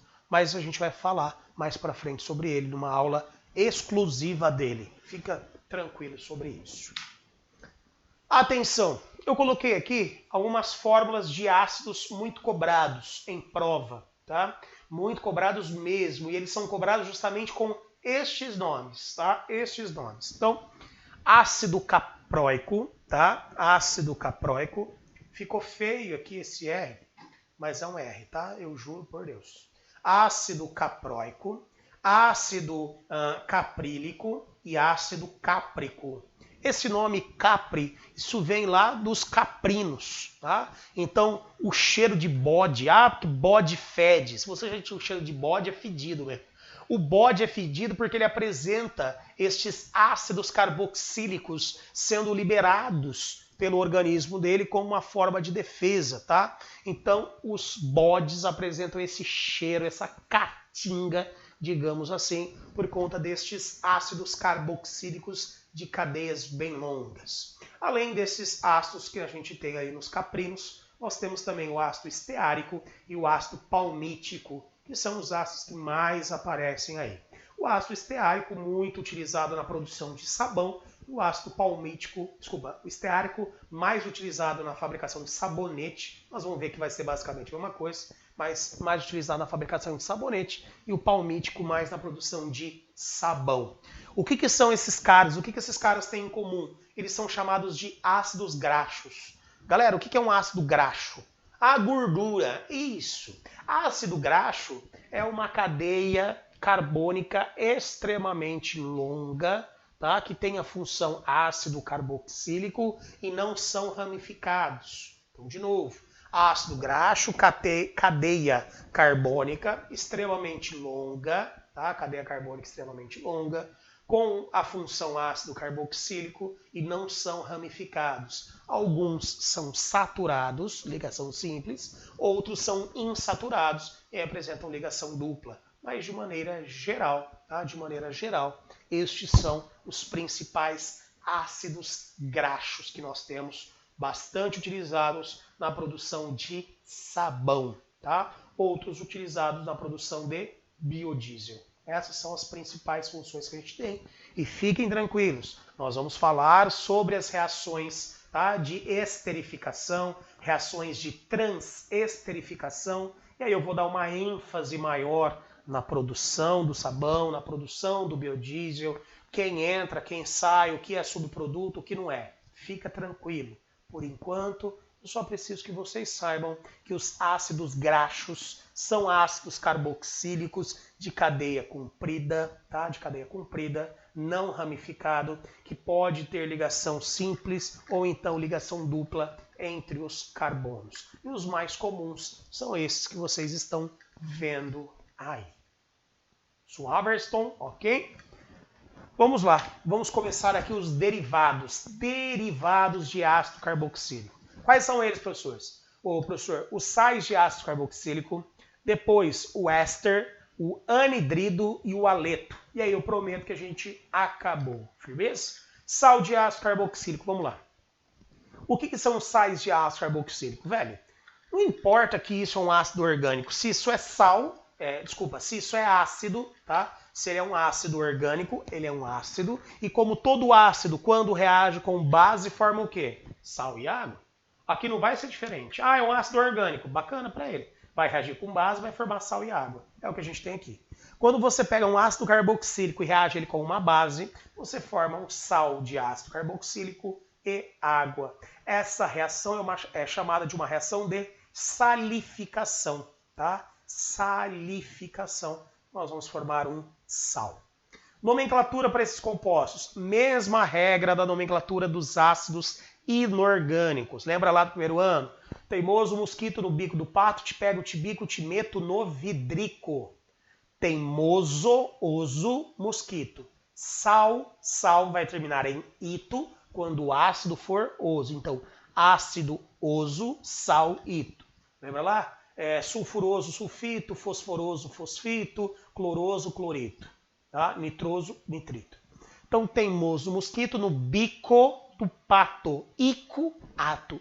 Se o ácido termina em ico, o sal vai terminar em ato. Sulfúrico, sulfato, nítrico, nitrato, carbônico, carbonato. E todos os ácidos orgânicos, todos os ácidos carboxílicos terminam em ico. Então, todos os sais orgânicos vão terminar em ato, tá? Ato. Então, teimoso mosquito no bico do pato. Ico vira ato. Te pego, te bico, te meto no vidrico. Então, ácido hídrico vira sal eto. Cianídrico, cianeto. Sulfídrico, sulfeto. Clorídrico, cloreto e assim por diante. Mas o nosso foco aqui é o ico passando para ato. Todo ácido carbônico termina em ico. Então, todo sal de ácido carbônico vai terminar em ato. Tá? Por exemplo, metanoico, metanoato. Etanóico, etanoato. Propanóico, propanoato. Essas serão algumas exemplificações que nós temos. Mas o nome do metal, afinal de contas, isso aqui, ó, Isso aqui é uma base. Base é formada por metal mais hidroxila, com uma exceção. Né? Com uma exceção. O hidróxido de amônio. O hidróxido de amônio é a única base que não é formada por um metal. Então aqui, no lugar de colocar o nome do metal, eu coloco amônio. Tá? Mas é só ele que é a exceção. Tirando esse cara, todos serão metais mais hidroxila. Então eu coloco o nome do metal. Potássio, sódio, cálcio, estrôncio, bário e assim por diante. Nomenclatura usual. Como é que fica a nomenclatura usual? Velho, é a mesma coisa, só que diferente. Porra, professor, que beleza, hein? Mesma coisa, só que diferente? É. Única coisa diferente é que ao invés de utilizar o nome do ácido oficial, eu uso o nome usual do ácido. Só. O restante é igual. Tiro o ico, coloco o ato e o nome do metal. Só isso, tá? Só isso. Então é bem simples, bem tranquilo. Tira ico, coloca ato, nome do metal, corre para o abraço e já era. Exemplo aqui, ó, exemplo. Temos aqui o CH3COONA. Professor, por que tem O- e Na+? Você não é obrigado a colocar isso. Eu gosto e a maioria das provas também gosta. Isso serve para você lembrar que esse composto é um composto iônico, que a ligação que acontece entre o oxigênio e o sódio é uma ligação iônica, diferente de todas as ligações que estão aí nos compostos orgânicos que são covalentes. Tá? Então eu gosto de colocar esse O- e o Na+, para lembrar você que é uma ligação iônica. Então, para lembrar você que ele tem alta temperatura de fusão e ebulição, para lembrar você que ele vai ser sólido a temperatura ambiente, e se ele é um sal, tá? Depende da solubilidade em água, vai variar de acordo com o cátion, vai variar de acordo com o ácido utilizado. Lembre-se que são ácidos orgânicos. Ácidos orgânicos, né? Eles têm uma cadeia carbônica muito grande, o que dificulta a dissolução e etc. Ok? Por isso que tem esse menos e esse mais, para lembrar que isso é uma ligação iônica. Então isso é um composto iônico. Se você não quiser, não precisa colocar, mas na maioria dos casos ele vai aparecer.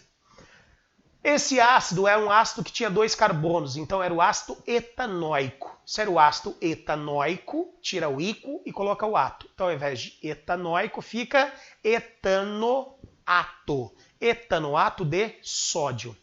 Nomenclatura usual. O ácido etanóico é chamado também de ácido acético. Então eu tiro o ico, coloco o ato. Ao invés de acético, isso vira acetato. Então esse é o acetato de sódio. Tá? Etanoato de sódio ou acetato de sódio. Ali do lado eu fiz questão de colocar o cara com o cálcio. Só que aí, puta, eu tinha que ter arrumado isso aqui. Ah, galera, foi mal, eu sou muito burro, ainda passei revisando 3 vezes a aula. O que eu tinha que arrumar? Eu arrumei um monte de coisa que eu tinha escrito errado. Já escrevi errado, depois eu no Paint eu arrumo isso aqui e deixo certo. Ah, agora eu não vou cortar, desculpa, eu não vou cortar a aula não, já gravei, sei lá. Quantos minutos que eu gravei? 40, 50? Ah, já deu 1h17, eu não vou cortar não, tá? Então, ó, desculpa, é isso aqui, ó.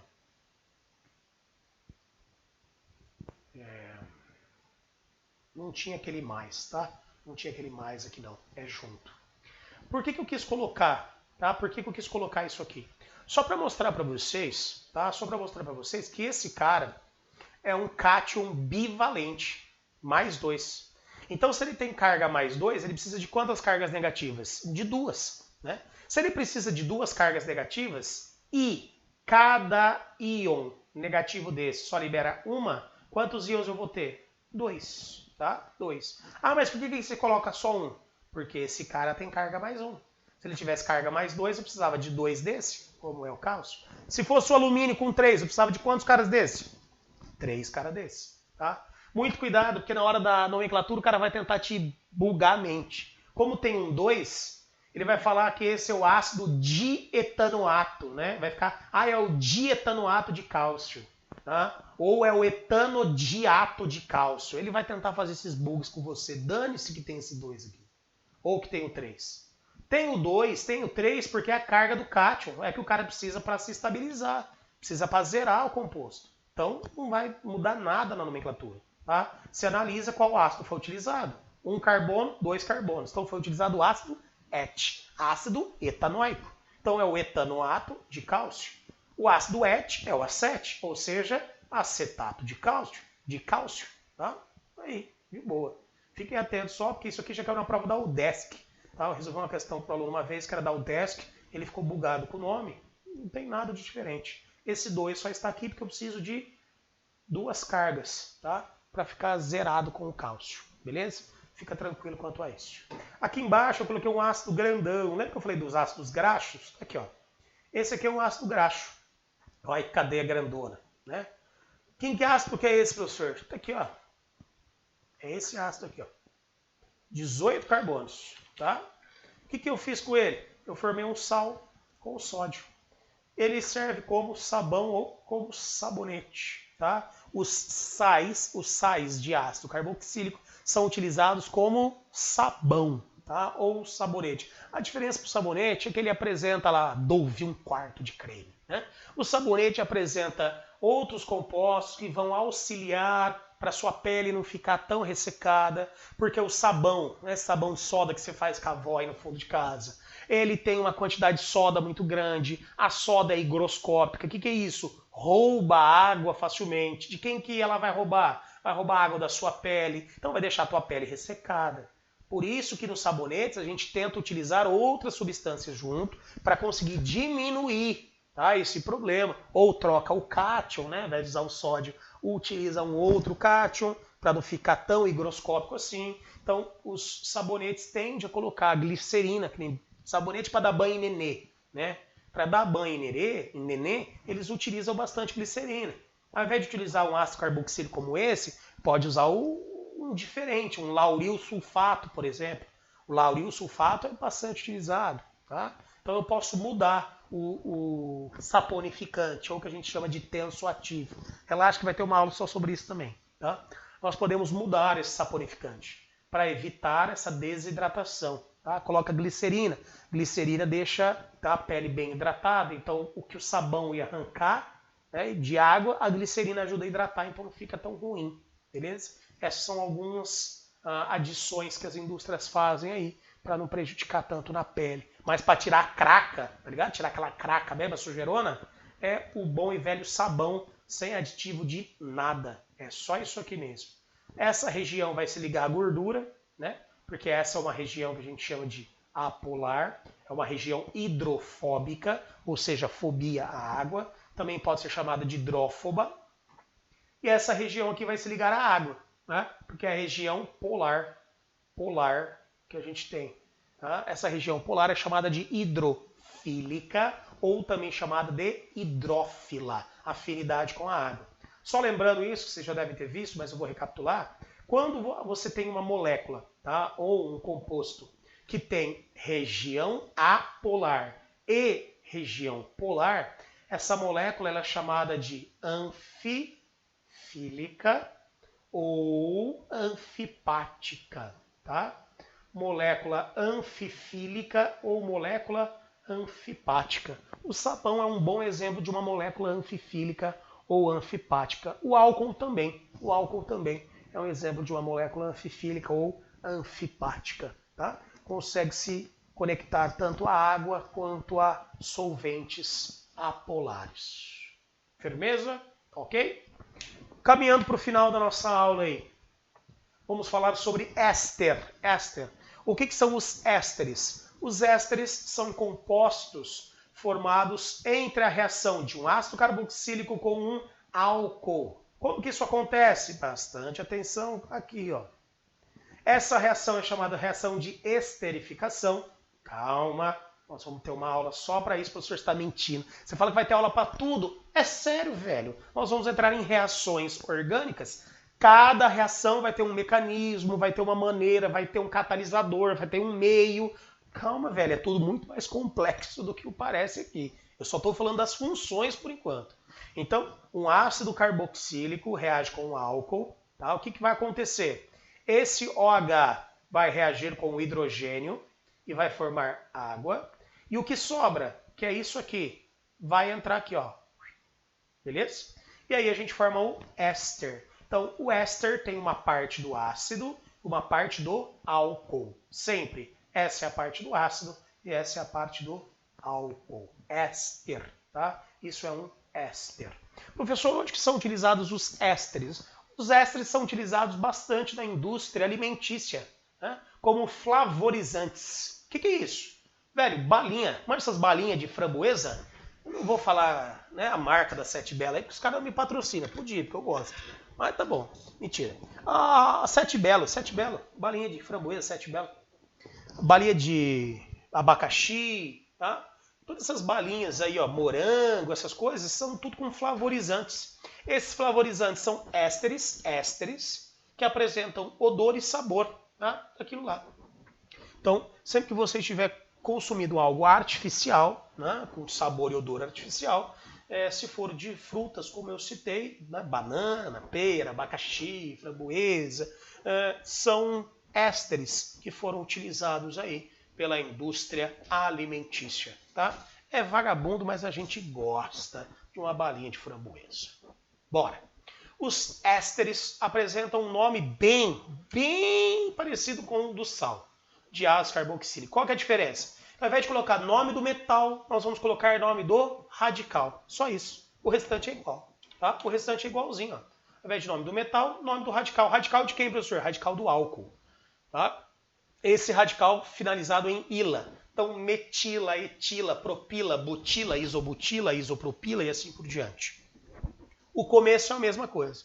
É o ácido menos ico mais ato. Propanoico, propanoato, etanóico, etanoato, metanóico, metanoato, acético, acetato, fórmico, formiato e assim por diante. Exemplos. Eu coloquei dois caras que parecem ser iguais, mas não são. São esses dois aqui, ó. Inclusive, eles serão isômeros, tá? Nós vamos ver que eles serão isômeros. Mais pra frente eu falo sobre isso. Por que eu falo que eles são parecidos? Porque se você parar para analisar, o que eu tenho? 2 carbonos de um lado e um do outro. 2 carbonos e um. Só que tem uma ordem invertida. Então eles são diferentes. Por quê? Porque a gente precisa cortar isso aqui, ó. Isso veio do ácido, isso veio do álcool. Isso veio do ácido, isso veio do álcool. Então você pode perceber que são álcoois diferentes. Ó. Que álcool é esse? Era o metanol, que virou metila. Que álcool era esse? Era o etanol, que virou etila. E os ácidos também são diferentes. Que ácido era esse? Met, et. Então, etanóico, virou etanoato. Esse aqui era metanóico, então virou metanoato. Tá? Então tomem cuidado. É igual. Não é não. Tá? São compostos diferentes. Etanoato de metila e metanoato de etila. Parece igual, mas é diferente. O etanoato de metila e também o nosso metanoato de etila. Suaverston, ok? Muito bem. Tem um exemplo um pouquinho mais complexo aí embaixo, tá? Um pouquinho mais complexo aqui embaixo. O que é isso? São os ésteres que são cíclicos. Ésteres que são cíclicos. Professor, o que são ésteres cíclicos? São ésteres que apresentam essa cadeia fechada. Então, o C-O, o C-O, que é a característica do éster, vai estar em uma cadeia fechada. Tá? Esses ésteres cíclicos são chamados de lactonas. Os ésteres cíclicos, lactonas. As lactonas são ésteres cíclicos. Estes ésteres cíclicos podem apresentar a nomenclatura com número ou com o alfabeto grego. Lembra que eu falei sobre isso lá no ácido carboxílico? Falei sobre isso no ácido carboxílico. Os ésteres são derivados dele. Então segue também essa característica aqui. Tá? Isso é utilizado nos ésteres cíclicos, que são as lactonas. Sempre o carbono de número 1 é o carbono da carbonila. E o alfa, professor? Quem que é o alfa? Lembra que é sempre o próximo? Tá? Lembra que o carbono da carbonila é o 1 e o alfa é sempre o próximo? Então, alfa, beta e gama. Qual foi o último carbono que eu tive aqui, né, do meu ciclo, que foi ligado ao oxigênio? O último carbono que eu tive foi o carbono de número 4 ou foi o carbono gama. Então, nome para esse composto, 4, porque foi o último carbono que eu tive conectado no oxigênio. But, porque são 4 carbonos na cadeia principal. An, porque só tem ligações simples entre os carbonos, lactona, tá? 4-butanolactona. Quando você fala lactona, você já está dizendo que isso é um éster de cadeia fechada, tá? Então lembre que a palavra lactona está conectado com éster de cadeia fechada. De novo, 4, por quê? Porque o carbono 4 foi o último carbono do ciclo, que está ligado aqui. Ué, professor, mas é uma coisa óbvia, porque se é but é 4, não tem nada de óbvio. Eu vou te mostrar no composto do lado, tá? Não tem nada de óbvio. Então, 4-butanolactona ou gama-butanolactona. O exemplo de lá, do lado direito aqui, te mostra que não tem nada de óbvio. Por quê? Porque esse composto tem quantos carbonos? 6. 1, 2, 3, 4, 5, 6. Só que o sexto carbono aqui está fora. O sexto carbono está fora do ciclo, tá? Então faz todo sentido esse número aqui da frente. Fica vendo. 1, 2, 3, 4, 5, 6. Qual foi o último carbono que eu tive aqui no ciclo? É o último que está conectado ao oxigênio. Qual que é o último carbono que está conectado ao oxigênio? É o carbono 5. Então, que composto é esse? 5, porque é ele que está ligado ao oxigênio. Quantos carbonos tem no total aqui? 6. Então, 5-hexanolactona, tá? 5-hexanolactona. Hexano, porque só tem ligações simples entre os carbonos, tá? 5-hexanolactona. Qual que é a outra opção de nomenclatura? O número 1, 2. Lembra que o 2 é sempre onde começa o alfabeto grego. Alfa, beta, gama, sigma. Então é o sigma. Então isso é o sigma-hexanolactona ou sigma-caprolactona. Professor, por que caprolactona? Volta aqui de novo. Aqui. Quem que é o lápis? Quem que é o ácido capróico? O ácido capróico é o cara que apresenta quantos carbonos? 5 mais 1, 6, tá? Essa lactona tem quantos carbonos? 6. Então isso é proveniente do ácido capróico. Se isso é proveniente do ácido capróico, por isso que ele coloca caprolactona, tá? Essa nomenclatura usual, mas pode aparecer para vocês na prova com uma certa frequência, tá? Isso, vou ser muito sincero. Ah, professor, eu vou fazer, sei lá, matemática, vou fazer direito, né? Não vou ter química específica. Dependendo da prova, vai, né? Dependendo da prova, vai. Na UEL tem química aí na prova de matemática, tá? Então, vai. Mas se você não tem química como específica, tá? Isso aqui é muito importante.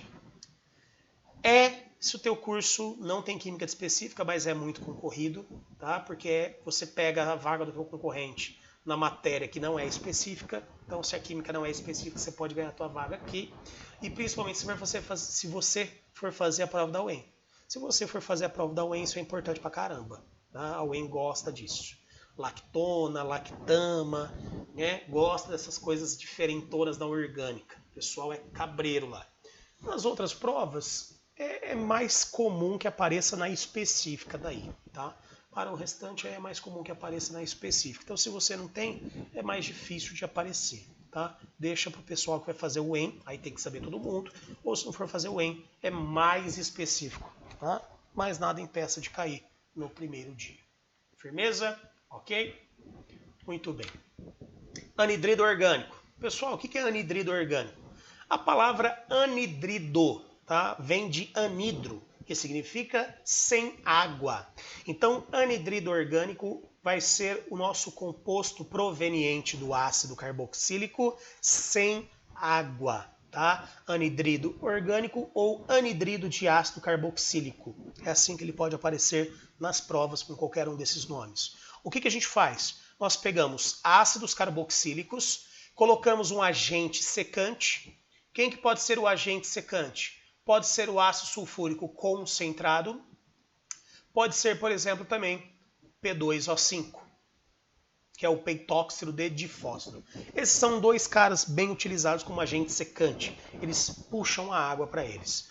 Esse ácido carboxílico aqui junta a hidroxila dele com o hidrogênio do outro.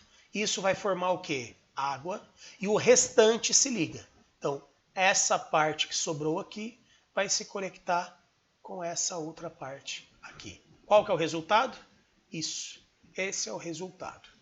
Tem muita gente que fala, é a função da coroa, né? Se você colocar isso aqui em pé, isso aqui vai parecer uma coroa. Tá aqui, ó. Beleza? É a função da coroa. É o nosso anidrido. Esse anidrido, ele vai ter algumas classificações que eu já mostro no slide da frente, tá? Anidrido simétrico, assimétrico ou anidrido cíclico, mas o que é bem importante aqui é a nomenclatura. Como é que fica a nomenclatura dele?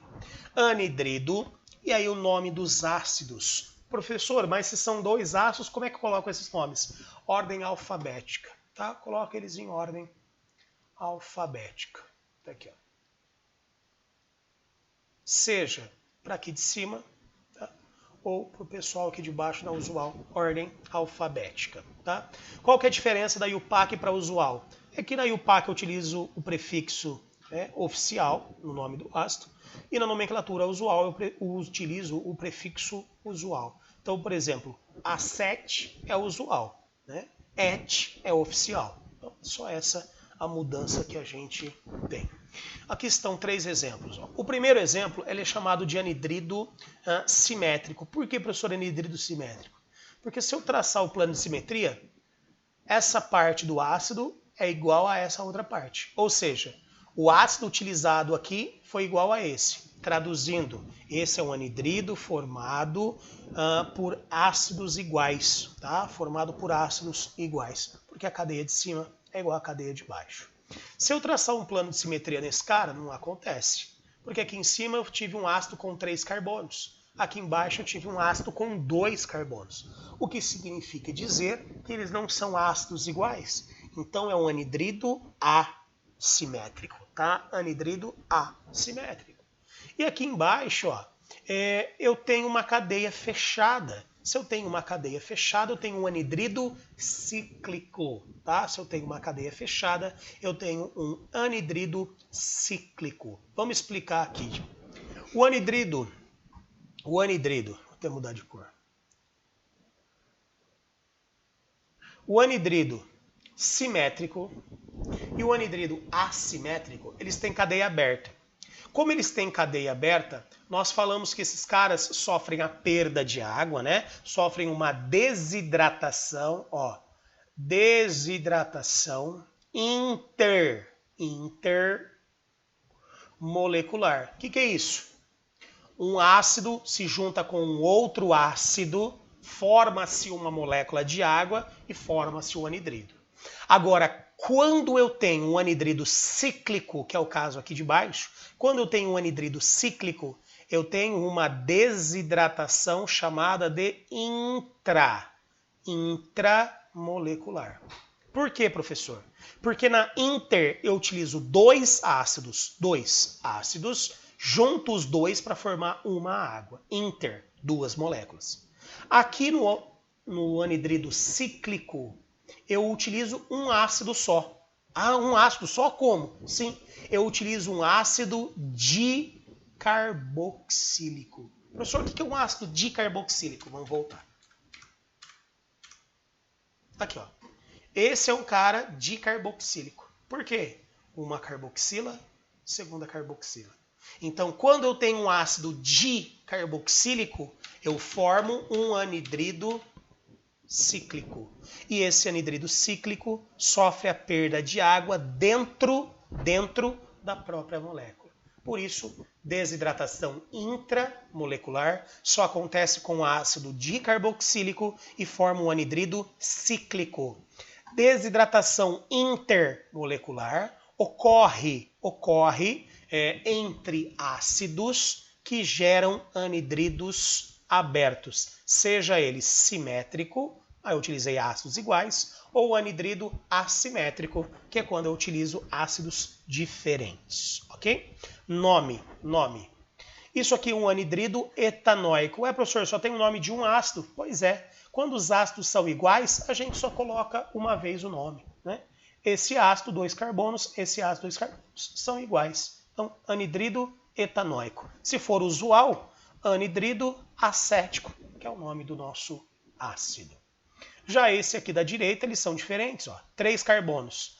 Anidrido propanóico, né? E essa parte aqui do anidrido é a parte do etanóico. Então, entre etanóico e propanóico, o E vem primeiro. Por isso, anidrido etanóico propanóico. Já se for nomenclatura usual, o que isso aqui é? É o ácido acético. Nomenclatura usual para 3, ácido propiônico.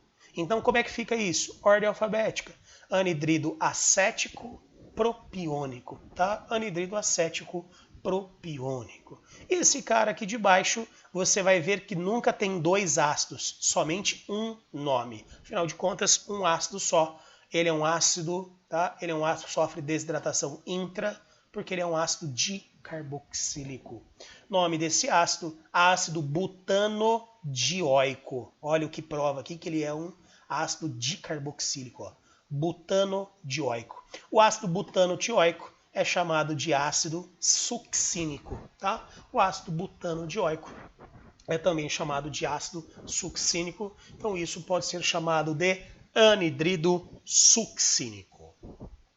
Última função de hoje, tá? Última função de hoje, últimos 2 slides, aleto de acila. Muito cuidado, porque existe um outro cara com um nome parecido, chamado de aleto de alquila. Aleto de alquila é uma coisa, aleto de acila é outra coisa. Lembra que se isso é aleto de acila, é porque veio do ácido. Então vai ter o C dupla O. O aleto de alquila vem do hidrocarboneto. Então só vai ter carbono. Tá? Aleto de acila é um cara que tem o C dupla O. No lugar da hidroxila, o que a gente coloca? Cloro, bromo ou iodo. Por isso que é chamado de aleto. Porque no lugar da hidroxila eu coloco um halogênio, que é um elemento da família 7A. Tá? Só esses 3, só o flúor não entra porque ele é muito mais eletronegativo, gera uma baguncinha nessa estrutura aqui por conta da alta eletronegatividade. Nomenclatura dos aletos. Nomenclatura dos aletos de acila. Vai ficar aleto, então isso fica cloreto, brometo ou iodeto, D, nome do ácido, menos ico mais ila. Então, brometo de metanoíla. Iodeto de metanoíla, sei lá, cloreto de metanoíla. E aqui na usual, mesma coisa, brometo, cloreto e iodeto, só que com o nome usual, menos ico mais ila. Então fica acetila, formila e assim por diante. Aqui, ó. Cadeia carbônica principal com 3 carbonos, então isso veio do ácido com 3 carbonos. Ácido com 3 carbonos, ácido propanóico. Tira o ico e coloca o ila. Como é que fica? Propanoíla. Como isso tem o cloro, cloreto, cloreto de propanoíla. Nomenclatura usual. O ácido propanóico é chamado de propiônico. Tá? Ácido propiônico. Tira o ico e adiciona o ila. Cloreto de propanoíla. E aqui embaixo, o último da aula de nós hoje. Amém? Nós temos aqui 2 carbonos com o bromo. Então, brometo de, isso era o etanóico. Tira o ico e adiciona o ila. Brometo de etanoíla, tá? Brometo de etanoíla. Nomenclatura usual do etanóico é o acético. Tira o ico e adiciona o ila. Brometo de acetila, tá? E se tivesse o iodo, no lugar de brometo, no lugar de cloreto, ficaria iodeto e o padrão do ácido segue o mesmo. Certo? Ok? Meus queridos, por hoje é só. A gente vem numa próxima aula falando sobre as funções nitrogenadas. A gente tem um número de funções nitrogenadas bem menor. Fiquem tranquilos que vai ser mais simples. Tenham todos uma excelente semana. Fiquem com Deus, bons estudos e até! Falou!